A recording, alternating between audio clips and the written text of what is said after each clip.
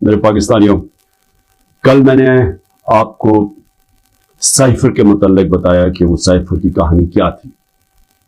मैंने कल भी अपनी कौम के सामने ये रखा कि ये बजाय FIA इसकी इंक्वायरी करे, इसकी सुप्रीम कोर्ट के चीफ जस्टिस को अपने नीचे एक पैनल बनाना चाहिए और तब इंक्वायरी करनी चाहिए। और वो मैं ये क्यों कह रहा हूं, FIA की इंक्वायरी कैसे होगी, कैसे उसकी कोई क्रेडिबिलिटी होगी, जबकि जिसमें मुलव्वस, और ये साबित होगा जब भी सही इंक्वायरी होगी, इसमें साबित होगा कि जनरल बाजवा के अलावा ये शहबाज शरीफ, आसिफ जरदारी, ये सब मुलव्वस है इस पर। क्योंकि जब हमने इनको कहा, ऑपोजिशन पार्टीज, उस वक्त हमने कहा देख तो लें साइफर को, ताकि आपको पता तो चले कि एक मुल्क की तौहीन की जा रही है। ये इमरान खान की तौहीन नहीं है, ये मुल्क की तौहीन है, तो आप देख तो लें। एकदम साफ इनकार कर दिया। तो उससे भी वाज़ेह हो जाना चाहिए कि इतना खौफ क्या था देखने के लिए, क्योंकि उनको पहले पता था क्या हो रहा है। उससे बड़े पहले ये मुलाकातें कर रहे थे जाके एम्बेसी के लोगों के साथ। अच्छा जी, अब मैं ये इसलिए कह रहा हूं कि ये साइफर की अंदर तहकीकात जरूरी है, क्योंकि एक IMF ने रिपोर्ट शाया की है 2018 से और 2023 के बीच में, उन्होंने एक रिपोर्ट दी है।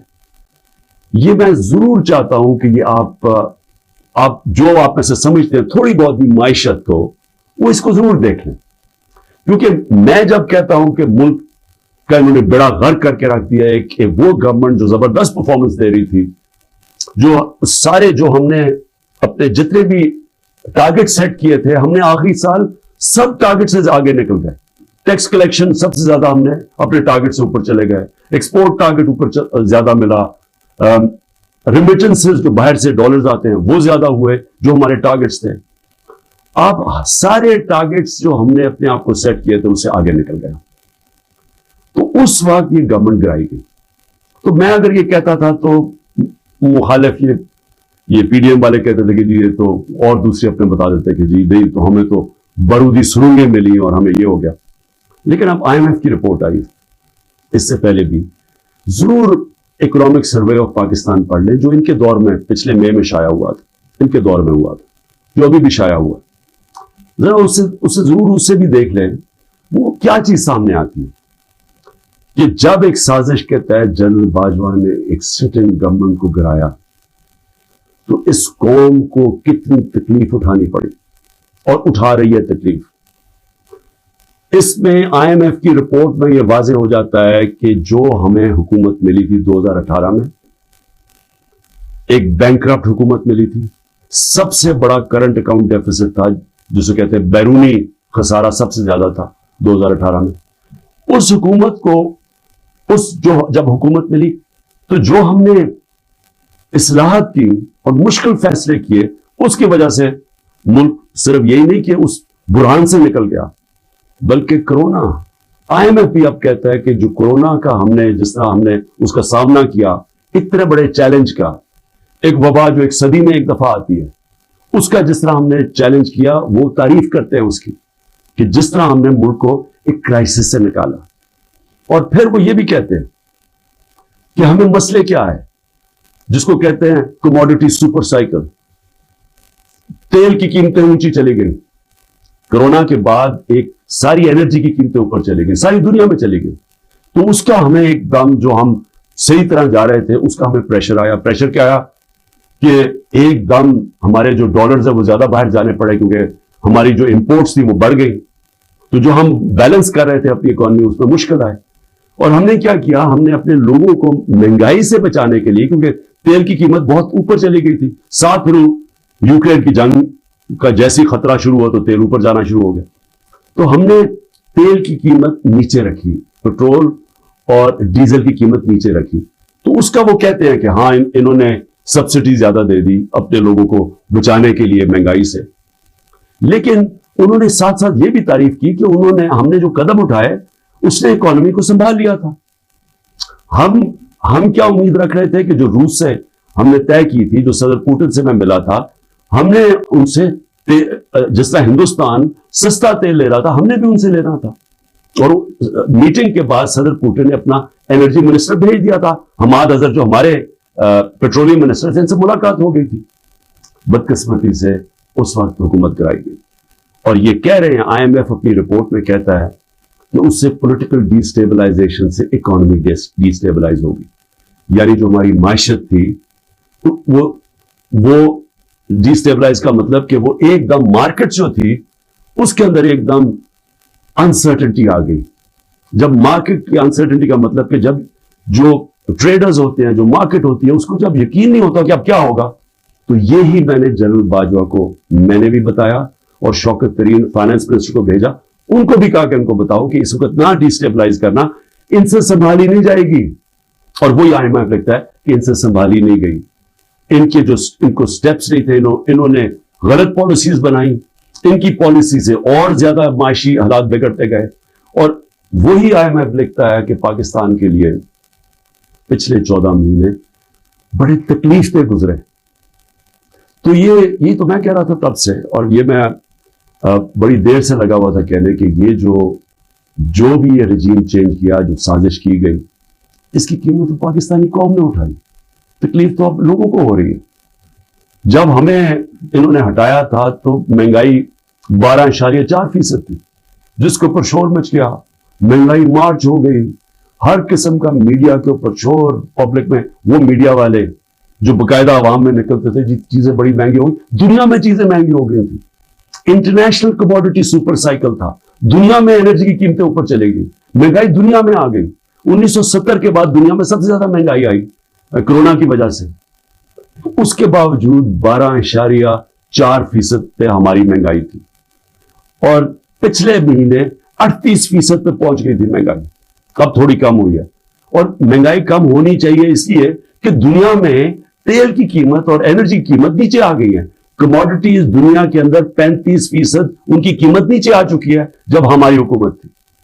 तो सवाल अब यह है कि क्या कोई ऐसी इंक्वायरी होगी इस मुल्क में कि ये साइफर का जो एक साइफर के इर्द जो साजिश थी, पता तो चले, मुझे तो पता है कौन इसमें थे, लेकिन इंडिपेंडेंट इंक्वायरी होनी चाहिए और उस इंक्वायरी में पता चले कि कौन कौन किरदार थे जिन्होंने इस कौम के ऊपर इतना बड़ा अजाब लेके आए हैं और अब मजीद आगे इस अजाब से निकलने के लिए और कितनी तकलीफ उठानी पड़ेगी इस कौम को। और इसके लिए मैं फिर से कोशिश तो करता हूं कि हमारे चीफ जस्टिस साहब को इसके ऊपर सोचना चाहिए कि वो ही एक इंक्वायरी कर सकते हैं, क्योंकि ये हुकूमत तो करने नहीं देगी और ना ही मुझे अफसोस से कहना पड़ता कि हमारी इस्टेब्लिशमेंट ये करने देगी, क्योंकि इसके अंदर मुलव्वस हैं जो जनरल बाजवा, और उन्होंने जो जिस तरह ये पूरी 6 महीने पहले से जो प्लान बन रहा था गिराने का, अब तो खैर ख्वाजा आसिफ कह रहे हैं कि 2021 से ही प्लान बनाया हुआ था जनरल बाजवा ने हमारी हुकूमत गिराने का। तो लेकिन अब जरा उनसे भी सवाल पूछना चाहिए कि आपने हमें जब गिरा के इनको लेके आए जिन लोगों को, तो क्या आपको एतमाद था कि ये इस मुल्क को उठा लेंगे? 30 साल से जो हुकूमत कर रहे थे और इनके दौर में कोई मुझे सुनहरी दौर बता दे कि जब इन्होंने कोई मायशत में बड़ी तरक्की करवाई हो, कोई मुझे पता चल जाए कि इन्होंने कौन सा वो फेस, क्या 99 में जब छोड़ के गए थे नून लीग, तो जरा बताएं कि क्या वो मायशत के हालात आपको पता थे? ये सागदार थे, वो बैंकरप्ट करके छोड़ के गए थे। और फिर अब ये IMF कह रहा है कि जो 2018 में ये छोड़ के गए थे पाकिस्तान, वो खुद कह रहे हैं कि वो तहरीक इंसाफ ने बड़े जबरदस्त मुश्किल फैसले करके मुल्क को उससे निकाला। तो क्या कोई जिम्मेदारी उठाएगा इसकी कि जब इतनी बड़ी ताकत हो जाती है किसी के पास, तो क्या उसको फिर जिम्मेदारी नहीं लेनी चाहिए जबकि वो ताकत का गलत इस्तेमाल करता है? और ये ही इंक्वायरी में चीजें आनी चाहिए। क्यों? कि आगे से ऐसी गलतियां ना हो, कि आगे से कोई एक आदमी खुद ही फैसला बंद कमरे में फैसले करके मुल्क को इस तरह की मुश्किलात में ना डाले। अब मैं जो दूसरी चीज कहना चाहता था वो ये कि इस वक्त एक जुल्म की इंतहा, एक जुल्म का ऐसा निजाम चल रहा है जिसकी मैं समझता हूं इंतहा है। सबसे पहले तो मैं जो ख्वातीन इस वक्त जेलों में, मैं सवाल पूछना चाहता हूं कि इन्होंने कौन सा जुर्म किया? क्या पाकिस्तान का आइन पुरअमन एहतजाज की इजाजत नहीं देता? कहीं आइन में लिखा हुआ है कोई नो गो एरिया से? कहीं पाकिस्तान के आइन में लिखा हुआ है कि अगर किसी से कोई समझे कि नाइंसाफी हुई है उनसे, तो क्या वो कोई ऐसे एरियाज है जिधर वो एहतजाज नहीं कर सकते? जब सुप्रीम कोर्ट कहता है कि पार्टी के चेयरमैन इमरान खान को गैर आईनी और गैर कानूनी तौर पे अगवा किया गया इस्लामाबाद हाई कोर्ट से, और जिस तरह उसको मुजरिमों की तरह डंडे मार के लोगों को, उसके भी और लोगों को, वकीलों को, जिस तरह उसको पकड़ के लेके गया ताकि सारी दुनिया देखे कि किस तरह एक पार्टी के सरबराह को किस तरह का यानी उसके साथ रवैया था, तो क्या उसका इजाजत नहीं थी कि पुरअमन एहतजाज इस नाइंसाफी के ऊपर करे? और जब रेंजर्स उठा के लेके गए तो किधर एहतजाज करना था? वही ना कंटोनमेंट्स भी करना था, जीएचक्यू के सामने करना था, और किधर जाके करते? तो मैं सवाल ये पूछता हूं, इसमें जुर्म क्या था? जुर्म जो था, जो जलाए हैं, जुर्म था कोर कमांडर के घर को आग लगाना, ये जुर्म था। जुर्म वो था जो अस्करी टावर जलाए गए हैं और जिधर जिधर भी जलाए गए हैं, वो जुर्म था। अब मेरा सवाल यह है कि क्या इस जुर्म में 10,000 लोग पर शरीक थे? क्या 50-60 लोग होंगे जिन्होंने जाके जलाया? मेरा अगला सवाल यह है कि यहां सीसीटीवी कैमराज हैं, क्यों नहीं सीसीटीवी कैमराज की फुटेज सामने आई कि वो कौन लोग थे जो पहले गए हैं, किन लोगों ने आग लगाई? क्या इतना मुश्किल है उसको ढूंढना? या सेफ सिटी के कैमराज हैं, क्या सेफ सिटी के कैमराज नहीं बता सकते हमें कि वो कौन लोग थे? क्योंकि हम सब चाहते हैं कि उनको सजा मिले, लेकिन उसकी आड़ लेके ये करना कि पूरी पार्टी के पीछे पड़ जाना, जिधर पार्टी के लोग हैं उनके ऊपर, उनके घरों में घुस जाना, ना उनकी औरतों को देखना, ना बच्चों को देखना, ना रिश्तेदारों को देखना, जो आए तो उसे पकड़ के जेलों में डाल दे। पुलिस को फ्री हैंड दे दिया है कि अच्छा जी आपकी वो जियो फेंसिंग में आपका आ गया इधर, तो चलो जी आपको पकड़ के हम जेल में डाल रहे हैं, लेकिन अगर आप पैसे दे देंगे इतने तो हम आपको जेल में नहीं डालेंगे। रेट्स लगी हुई है, 15 लाख से शुरू होते हैं, किसी को 10 लाख में ब्लैकमेल किया जाता है, किसी को 5 लाख में। अपने मुल्क की हम पुलिस की तबाही कर रही है हरकतें करवा के। कोई इंडिपेंडेंट इन्वेस्टिगेशन होगी इसके ऊपर? क्या अस्करी टावर्स के अंदर नहीं हम बता सकते? एक इंडिपेंडेंट सहाफी की पूरी स्टेटमेंट आई हुई है कि वहां क्या हुआ, उसमें पीटीआई वाले नहीं थे अस्करी टावर। एक पता चले कि रेडियो पाकिस्तान पेशावर किसने जलाया था, इसके ऊपर कोई इन्वेस्टिगेशन होनी चाहिए। क्यों नहीं हुई अभी तक? मेरा सवाल यह है कि क्यों नहीं अभी तक आईजी पंजाब, इससे क्यों नहीं पूछा गया कि क्यों पुलिस वहां नहीं पहुंचाई कोर कमांडर हाउस? क्यों इससे नहीं पूछा जा रहा? जब यह हुआ था अमेरिका के अंदर कैपिटल हिल, उनकी पार्लियामेंट के ऊपर जब डोनाल्ड ट्रंप के लोगों ने हल्ला बोला था, तो सबसे पहले पुलिस चीफ की खबर ली गई। और मुझे ये फिर से मैं पूछना चाहता हूं कि ये जो औरतों को पकड़ा हुआ है, हमारी स्टूडेंट्स पकड़े हुए हैं, लोगों को जेलों में डाला हुआ है, बुरे हालात में रह रहे हैं, जो खबरें आ रही हैं बाहर, क्या क्या उनसे हुआ है, वहां कितनों से तशद्दुद हुआ है, उनसे अप्रूवर बनाने के लिए क्या क्या उनके ऊपर हर किस्म का जुल्म किया गया। कि या कह दो कि इमरान खान ने कहा था वहां जाके तो फाइलें जला देना कोर कमांडर हाउस में, कोर कमांडर हाउस को भी आ गया फाइलें जला देना। एक ये किसी की 164 का बयान आए, इसमें कोई अकल है कि क्या फाइलें पड़ी हुई कोर कमांडर हाउस? आज तक मुझे एक स्टेटमेंट बता दे कि इमरान खान ने अपनी सारी जिंदगी कभी कहा है कि तशद्दुद करो, इंतशार करो, लोगों को मारो, जला दो? एक मेरी स्टेटमेंट बताएं 27 साल में।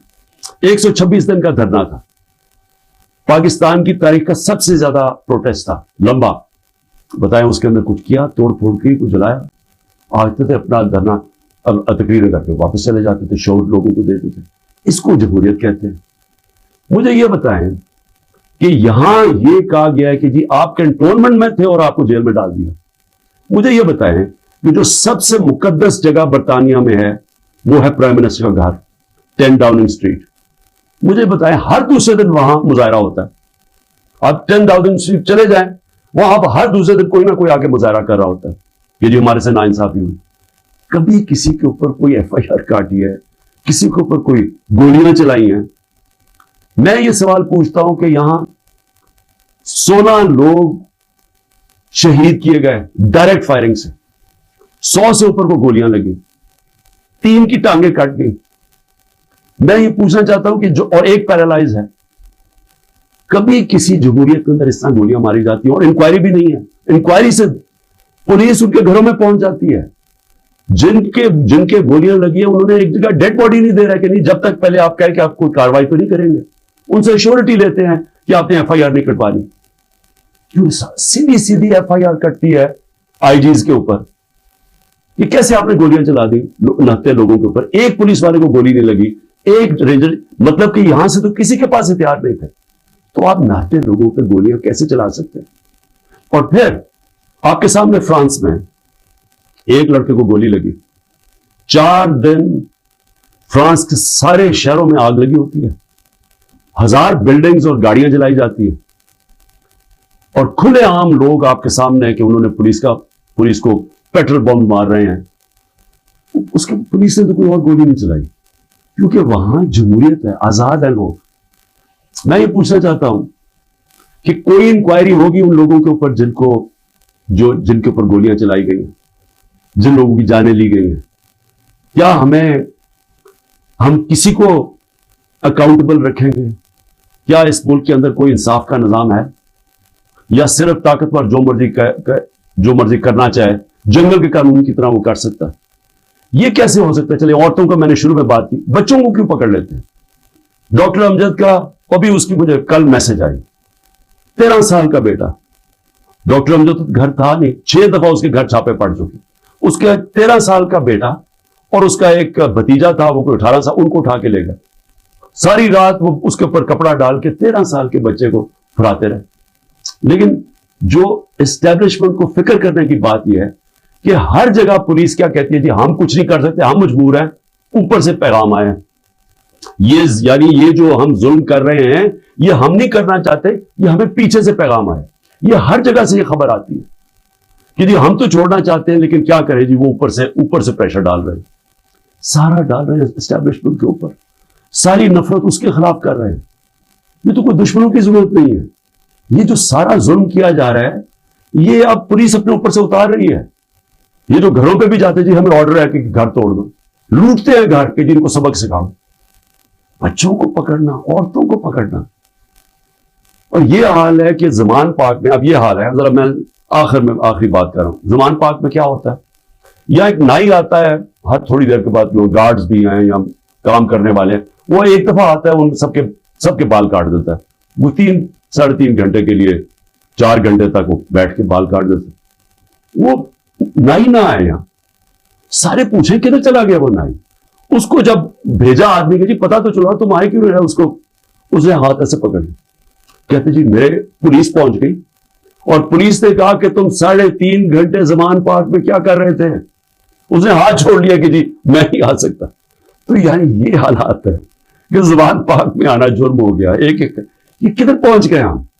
ये एक पॉलिटिकल पार्टी है। इमरान खान एक पॉलिटिशियन है, एक गद्दार नहीं है। इसका जीना मरना इस मुल्क में है। जो लोग आज ऊपर बैठाए हुए हैं, मैं इंशाल्लाह कल पूरा तोशाखाना का बताऊंगा, क्योंकि उसमें जल्दी शुरू में जिस तरह बताया कोशिश कर रही है कि किसी तरह इसको डिस्क्वालीफाई करें या जेल में डालें। ये साइफर आ गया, तोशाखाना आ गया, ये बाकी सारे जो 180 केसेस हैं।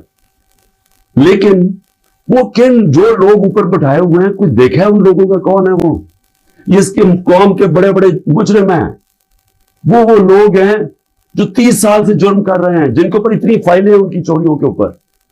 तो मैं कल उनका भी जरा आपको बताऊंगा कि उनके तोशाखाना में, क्योंकि मुझे तो पहली दफा पता चला है, मैंने तो तोशाखाना का रिकॉर्ड जो लाहौर हाईकोर्ट ने बुलाया, मैंने पहली दफा रिकॉर्ड देखा है, तो उसमें तो बड़े इंकशाफ हुए हैं। तो मैं इंशाल्लाह कल आपसे बात करूंगा। लेकिन मैं सिर्फ आखिर में ये कहना चाहता हूं, इस मुल्क को तबाह ना करें।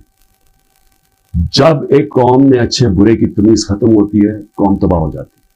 पहले इखलाकी तौर पे मरती है कौम, फिर माशी तौर पे मरती है। सारे जो दुनिया की बड़ी बड़ी रियासतें थी, रोमन एम्पायर, मुसलमानों का मुगल एम्पायर, ये जो उस्मानिया सल्तनत, ये सारी खत्म होने से पहले इनके अंदर इखलाकी तौर पे ये कौमें मरी थी। उसके बाद ये खत्म हुए थे, मुल्क टूटे थे। देखें, लोगों से जबरदस्ती बयान लेना, 164 का बयान लेके उनको रख के उनको ब्लैकमेल करना, उनके बच्चों से ब्लैकमेल करना, फाइलों से ब्लैकमेल करना, ये हम झूठ को सच कराते कराते हम क्या देख रहे हैं कि ये मुल्क को कितना बड़ा नुकसान हो रहा है। और मुझे सिर्फ ये फिक्र पड़ी हुई, सब चीज के लिए मैं तैयार हूं। मैं बार बार, मुझे पता है कि इन्होंने पूरी कोशिश करनी है कि केयरटेकर आने से पहले इसको जेल में डालें, मैं उसके लिए तैयार हूं। लेकिन क्या मुल्क का हम सोच रहे हैं? वो नहीं सोच रहे जिनके सारे डॉलर्स बाहर पड़े हुए हैं। सोच हमें, हमारी तरह के लोगों को सोचना चाहिए जिनका जीना मरना पाकिस्तान में। पाकिस्तान जिंदाबाद।